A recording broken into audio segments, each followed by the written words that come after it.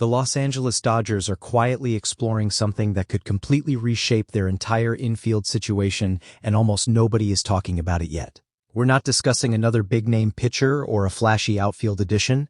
We're talking about addressing the one position that's been a consistent weakness for 2 straight seasons, and doing it by bringing in a player who just put together one of the most impressive offensive campaigns you'll see from someone at his position.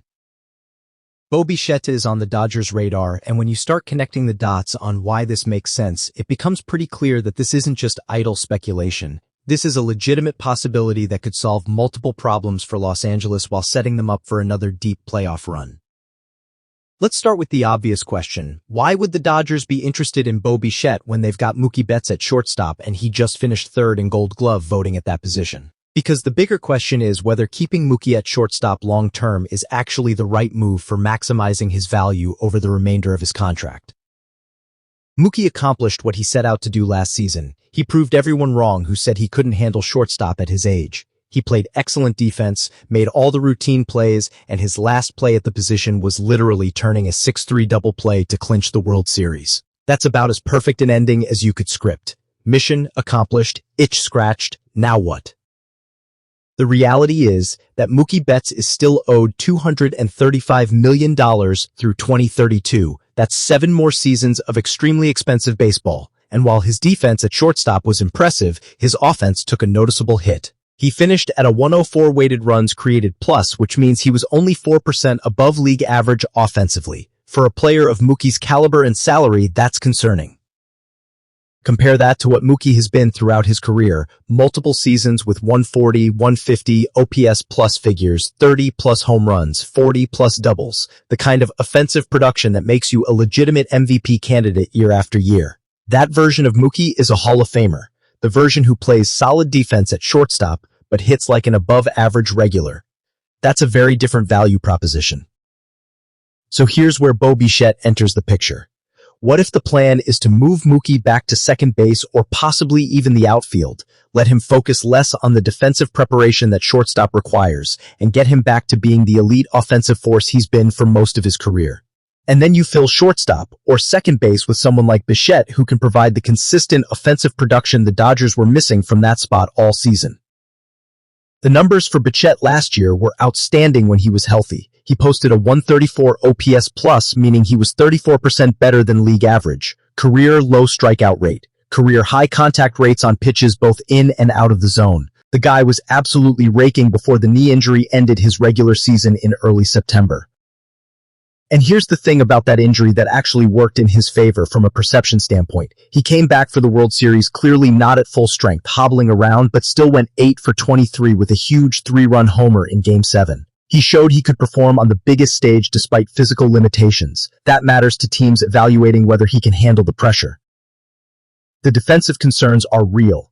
BICHETTE has been below average at shortstop with significantly negative defensive metrics over the past couple seasons.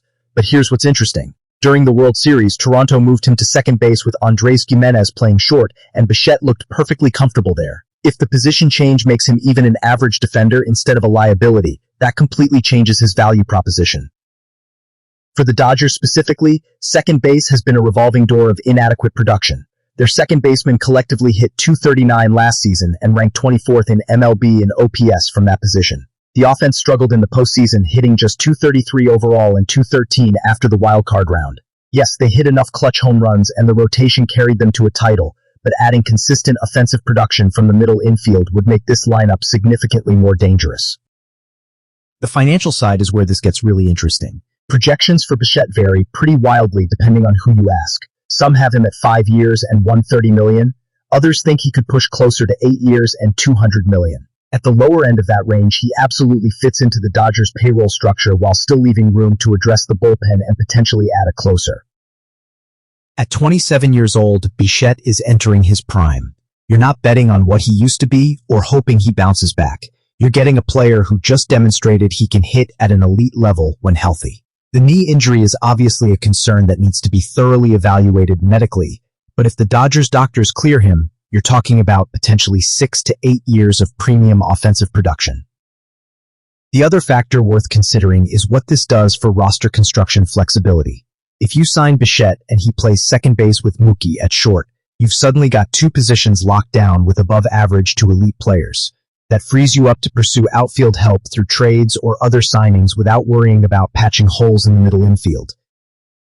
Let's say the Dodgers go this route. You could have a lineup with Bichette leading off or hitting second, followed by Mookie, Shohei, Freddie Freeman, and whoever else they add. That's an absolutely stacked top of the order with multiple guys who can hit for average and power while also drawing walks. The balance and depth that provides makes the entire lineup more dangerous. The other interesting element is how this impacts the rest of the free agent market. If the Dodgers commit significant money to Bichette, it probably means they're addressing outfield needs through trades rather than big-ticket free agent signings. Maybe that means going after someone like Jarren Duran, or dealing for a controllable piece rather than chasing Kyle Tucker or other premium options. From Bichette's perspective, you have to wonder if the Dodgers would even be his top choice. He's been with Toronto his entire career alongside Vladimir Guerrero Jr. They've both talked about wanting to win together. The Blue Jays are clearly trying to build something, and if they're willing to pay market value, returning home might be the most appealing option. But the Dodgers offer something Toronto can't guarantee, which is immediate championship contention. You're walking into a situation where you're the final piece rather than hoping everything else comes together. You're playing alongside Ohtani and Betts and a supporting cast that just won a World Series. If winning is the priority, that's hard to turn down. There's also the West Coast factor for players coming from Japan, but Bichette doesn't have that consideration. He's a homegrown North American player who's spent his entire career in Toronto. The location and travel schedule isn't necessarily a selling point the way it might be for Japanese players considering the Dodgers. What makes this situation fascinating is how many different ways it could play out. Maybe the Dodgers land Bichette and move Mookie to second base, creating one of the best offensive middle infields in baseball. Maybe they decide the defensive concerns are too significant and pivot to other options. Maybe Bichette takes less money to stay in Toronto and finish what he started there. Maybe another team comes out of nowhere with an offer nobody saw coming. The underlying question is whether the Dodgers believe adding Bichette's offensive production is worth the investment given his defensive limitations and injury history. On pure offensive talent, he's absolutely worth pursuing. The strikeout numbers improving, the contact rates getting better, the power remaining consistent, all of that suggests he's genuinely developed as a hitter and isn't just having a career year. But you're also betting on a knee that ended his season and clearly wasn't fully healed during the World Series. You're betting on a defensive profile that's been problematic at shortstop translating better to second base. You're betting that the player you're paying is the 134 OPS plus version from last year, not the 87 OPS plus version from 2 years ago. For a team like the Dodgers that's trying to win a third straight championship, every roster decision carries amplified weight. You can't afford mistakes when you're operating at that level.